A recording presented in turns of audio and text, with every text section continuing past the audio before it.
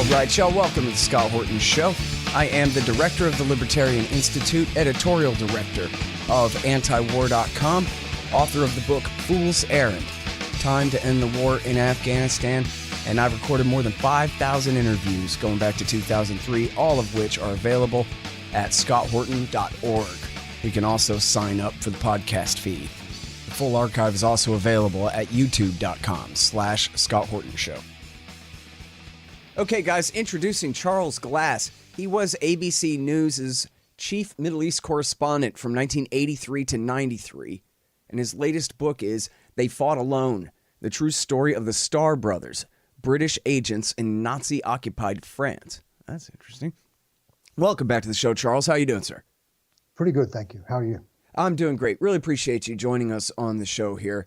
And, obviously the subject is your latest piece here in The Intercept, the unprecedented and illegal campaign to eliminate Julian Assange.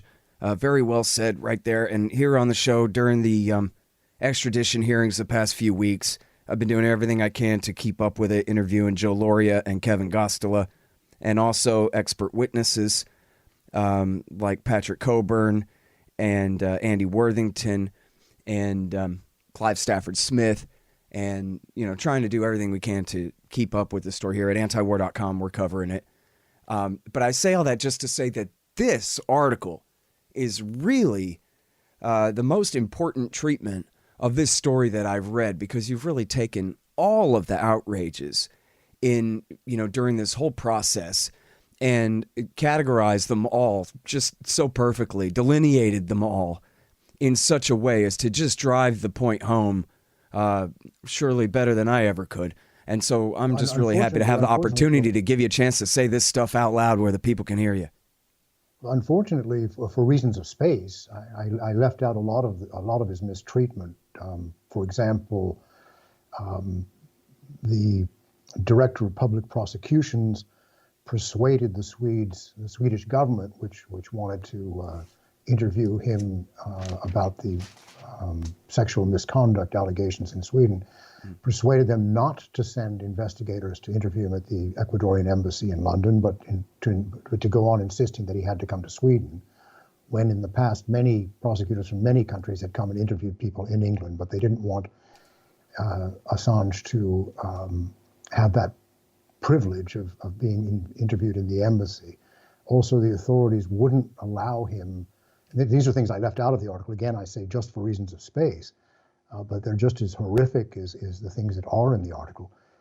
They wouldn't allow him safe conduct to go to a dentist. He had a terrible abscess and broken tooth, which caused him agony, and he couldn't get any treatment for it. And that was, again, just more punishment of a man who hadn't actually committed a crime.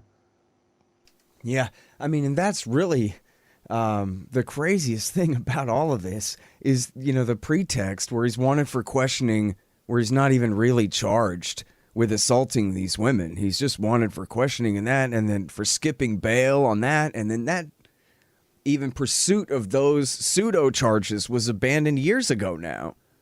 Or more than a year ago now. The Swedes have dropped all the charges. When Julian Assange was in Sweden, and the two women made the allegations, he stayed on for 5 weeks in Sweden so that they could question him, and they did question him, and then they told him he was free to leave, and so he left with the assurances that was the end of the story. But it turned out that wasn't the end of the story. Right, because they found their hook. Right, they decided this is what we can do to get him trapped up in a legal hell. Where he's trapped to this day. Yeah. All right, so I guess let's focus on the things that you learned in these hearings and the journalism coming out. Or were you able to watch the hearings yourself? No, I read the transcripts that were online. I wasn't able to because I'm not in England. I see. Yeah, I mean, there was a limited number of journalists who were allowed web access to watch it. There were a lot of problems with the access because the technical facilities broke down several times, and so a lot of the trial that even the witnesses from Amnesty and the journalists couldn't hear. There were a lot of problems with it, technical as well as legal problems with this hearing. Right. All right. So, but now in terms of reading it all, going back over it, Was there, I mean, and I know you're already a serious expert in this, but was there anything new and or shocking that came out that, especially changed the nature of the case in any way, do you think? I think it's the cumulative impact of all of the actions that have been taken against Assange by the intelligence services, by military intelligence, by the police, by the judiciary, and even with the cooperation of doctors who were working for the prison service who were not helping him in any way. But the massive collusion among so many different agencies of the British and American governments, plus the Ecuadorian government, is absolutely astounding and unprecedented. I mean, I called it cruel and unique punishment, not just cruel and unusual punishment. Mm. Well, and also you call it illegal. And really that's part of the stunning thing here is that you have, a case at this level. It's all politics, not law, not really. But then they don't have any trouble getting all of the different agencies and bureaucracies and players, as you just mentioned, to do their part. That, look, there's this journalist we don't like, and we're going to string him up. Everybody break. And then they all go along, and they do it.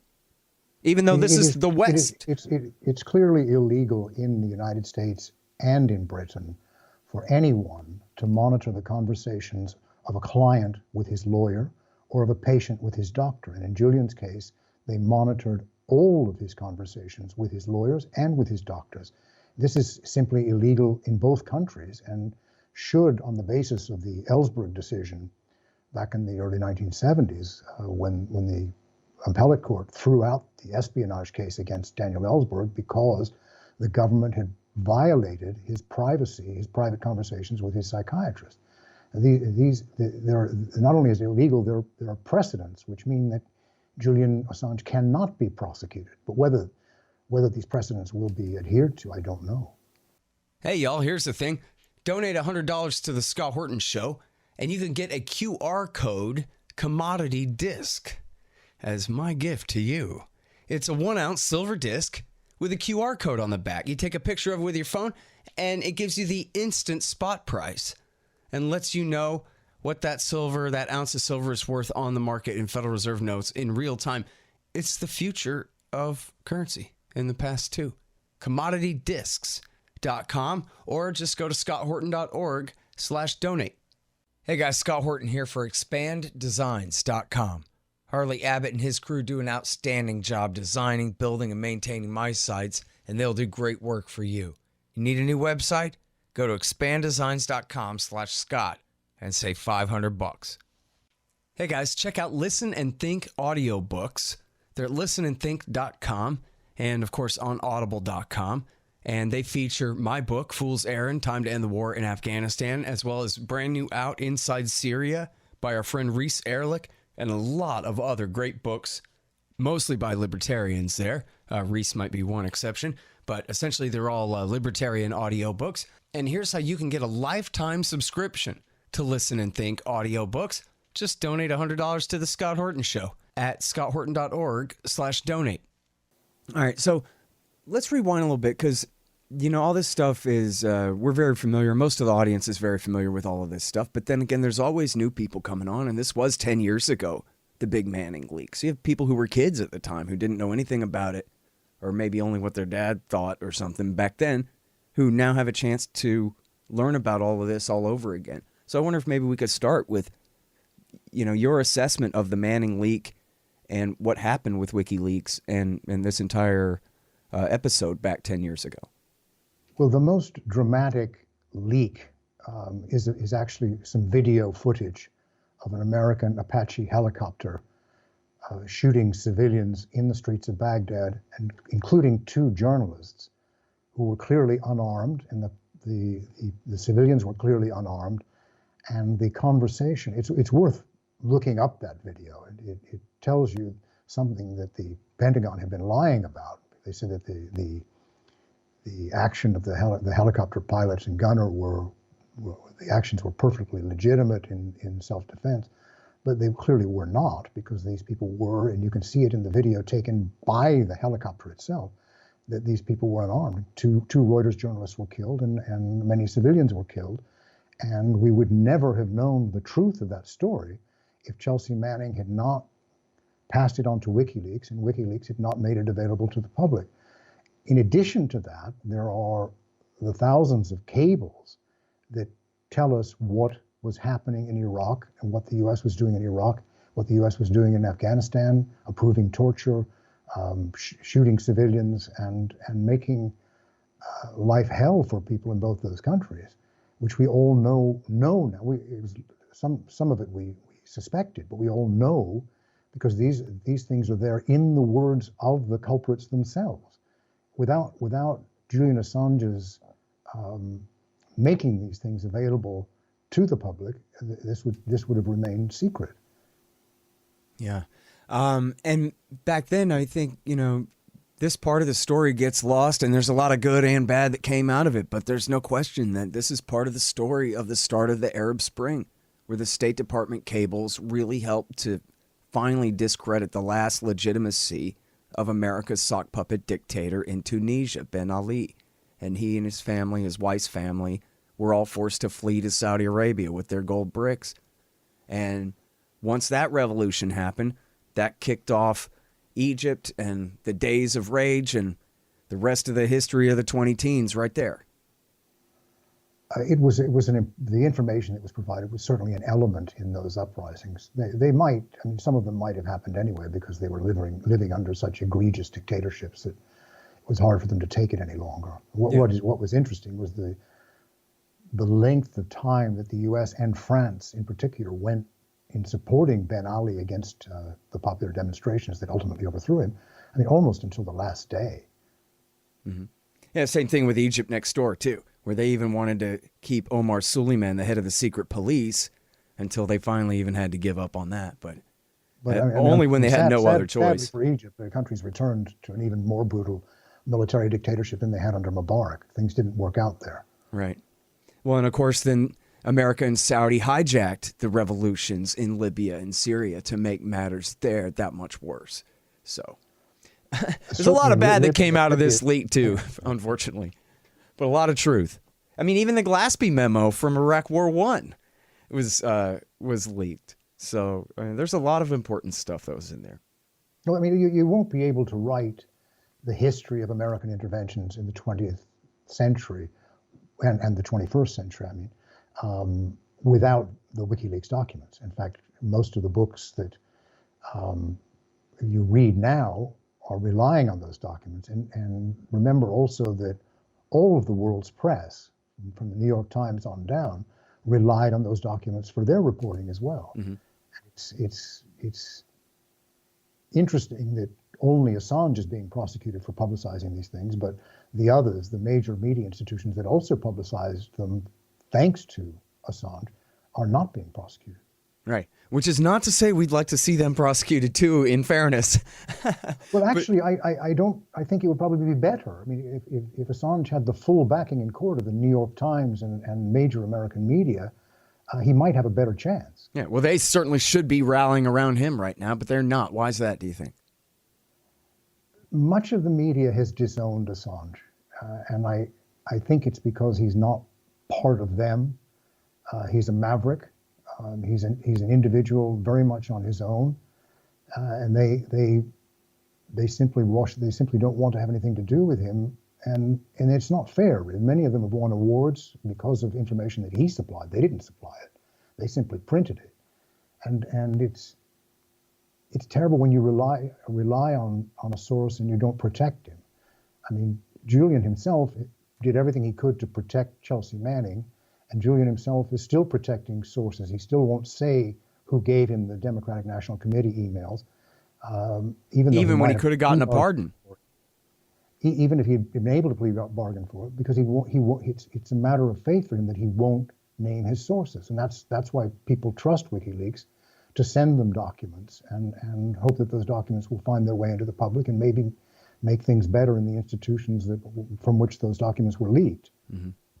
Well, it's interesting that, as published, I think, in the Washington Post, the Obama government decided we can't do this because of what they called the New York Times problem, that there is no way to really split the hairs and parse this and categorize Assange and his WikiLeaks as any kind of different organization than the Sulzbergers and their New York Times. It's the same thing.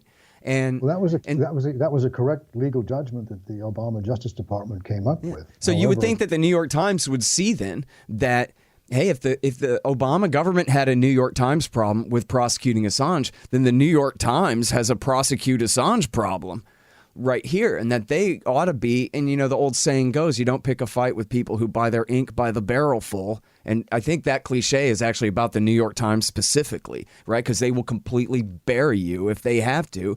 And here they could be waging full jihad on behalf of freedom and the First Amendment, and instead they're laying down on the job just because it's this one guy that they don't like.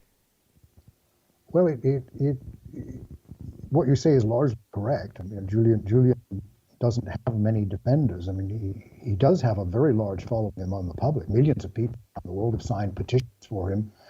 Millions have demonstrated in Australia and Britain, all over Europe and the US on his behalf. But public support doesn't carry a lot of weight with the administration in Washington, which is making up the law as it goes along. Yeah. Well, okay, so what about that now? I mean, we had some lawyers testify in this thing and talk about how essentially this, the Trump government doesn't know anything that the Obama government didn't know about this situation. They are essentially just making this up. And so at some point, the rule of law is supposed to kick in and prevent this from going forward, right? Well, the Espionage Act should not be applied to anyone but a spy. It should not be applied to a publisher and a journalist. Julian Assange was not working for a foreign government. He was working for the public. And he brought this to public attention because it was a matter of vital public interest.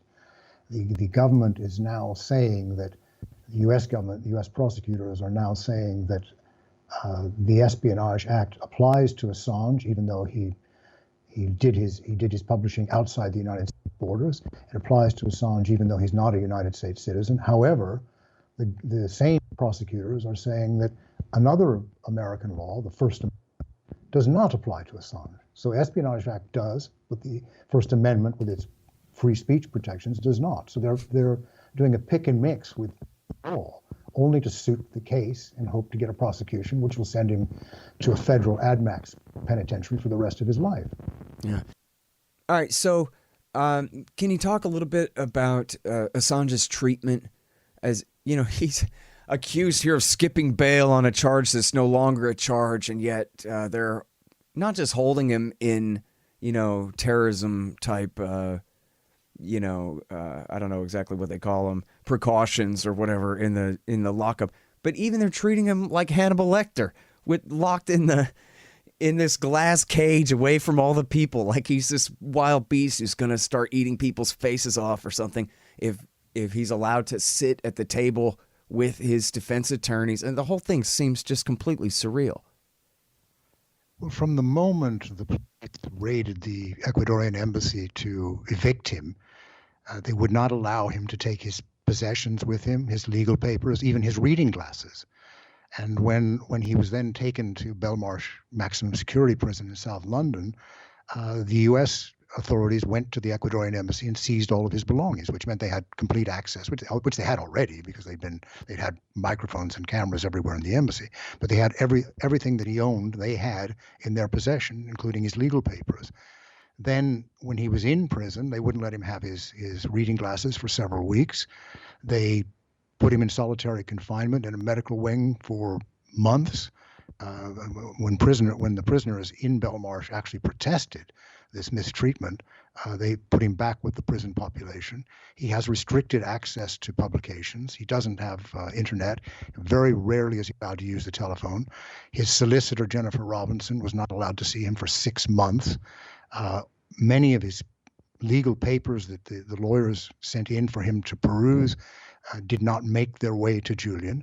And when he was finally brought into the tribunal in London, the Old Bailey, the magistrate, Vanessa Baritzer, put him in the glass cage rather than allowing him, as most defendants are allowed to sit with his legal counsel so that he could discuss testimony with them as it was happening. So he had to shout from the glass cage was at the back of the courtroom. He had to shout from time to time to someone who could then take those words to his lawyers. It's no way to be allowed to conduct a legal case. And these precautions that the court imposed on him are the kinds of things for terrorists and very violent offenders, not for a civilian, a journalist, a publisher who has never harmed anyone in his life. He's never attacked anyone. He's never planted a bomb anywhere. He's never shot anyone. They simply treated him as if he had been one of these master criminals. Yeah. This is... And that, of course, affects the whole case, because it's very hard for lawyers to conduct a case without proper consultation with their clients, and also consultations that are not eavesdropped upon by the prosecution. Right. You mentioned earlier about how the military dictatorship in Egypt had canceled the revolution there in 2013 with their, counter coup. And then the guy who had won the free and fair election, Mohamed Morsi, this is what they did to him in their bogus Star Chamber trial of him under the new dictatorship, was keep him locked up in a glass cage away from the rest of the court while all this went on around him, and he's not even allowed to participate in it. So, well, when you're going to railroad a defendant, the tactics that work in Egypt work elsewhere. Yeah, it reminds me of Chalmers Johnson says, you give up your empire or you live under it. And so the more we support dictatorships like Egypt in the world, the more we're like Egypt, But it comes home. Yeah, the defeat of America by Spain, like William Graham Sumner, all that kind of stuff. Anyway, so yes, it really is something else. And again, the deafening silence from everyone except the alternative media. But essentially, there's nobody in mainstream media that I'm aware of. You'd think that like maybe the editor of the Dallas Morning News would stick his neck out or something. I don't know. I'm just making something up. But no, it's just deafening silence. To be fair, Patrick Coburn in The Independent has reported very well on it. The Independent is a mainstream publication. That's true. That's a rare Patrick exception. Coburn is Patrick Coburn. I'd like to see the Independent's editorial board say the same thing. So can you talk a little bit about Nels Milzer here, this UN official who's reported on Assange, and really like his whole setup here? Well, Meltzer is the UN Special Rapporteur for Torture and Inhuman and Degrading Punishment, and he's visited Julian many times, both at the embassy and at Belmarsh, and he has come out again and again clearly calling what has happened to Julian torture. And he also fears, as Julian psychiatrists do, that this torture, that this psychological torture that he's enduring will ultimately drive him to suicide, which may well be one of the prosecution's objectives. Yeah. Agree. Yeah, it sure seems like they've probably already calculated that would be pretty convenient for them if they could drive him to suicide. Julian is a very brave man. I really hope that doesn't. I can't guarantee it won't happen. I really hope that doesn't happen. He's a very brave man. But I have personal experience of isolation. I was a hostage for a couple of months in Beirut back in the 80s.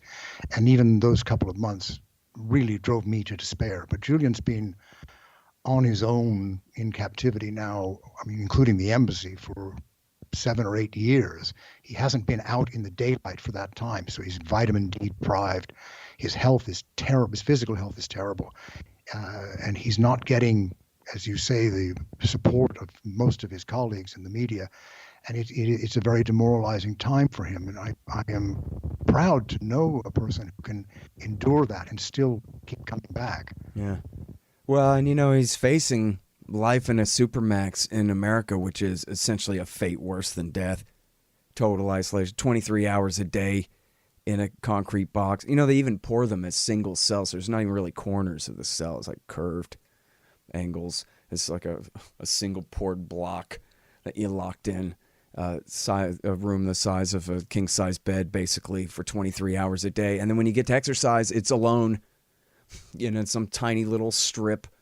And some of those guys who were in there, like Ramzi Youssef, you know what? I really don't mind how miserable Ramzi Youssef is, I guess.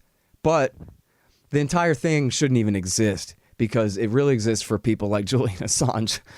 This is the living hell that they have to hold over everyone's head. This is what happens if you cross the state in a way that they really mind, that they will bury you alive.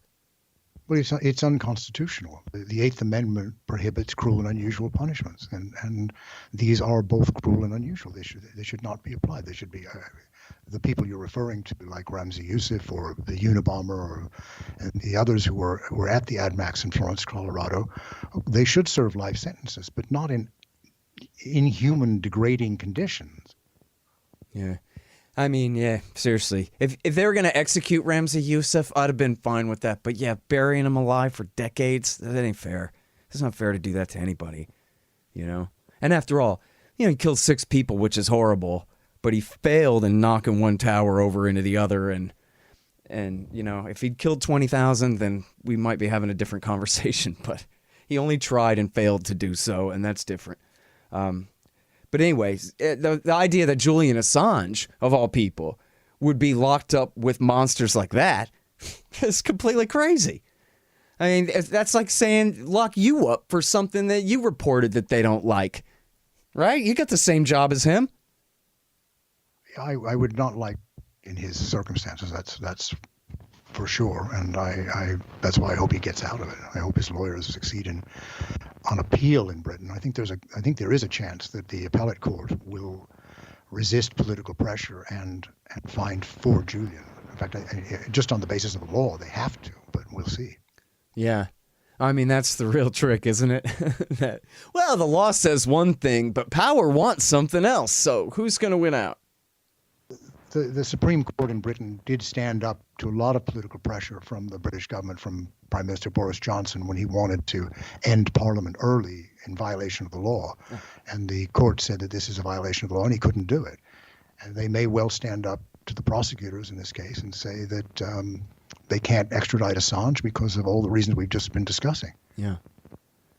Well, I sure hope so. And, speaking of the great Patrick Coburn, he really admonished me for being pessimistic about this and just dismissing the whole case as political, not legal, and therefore they're going to do whatever they want, and said that that's just not true, and it's demoralizing and makes people give up and not fight and be fatalistic about it and all that. Patrick is right. I spoke to one of Julian's barristers who said he doesn't necessarily expect a good outcome from the magistrate in the court at the moment, who will give her a verdict on the 4th of January. Mm-hmm. But he's very confident that on appeal they will win, and I hope he's right.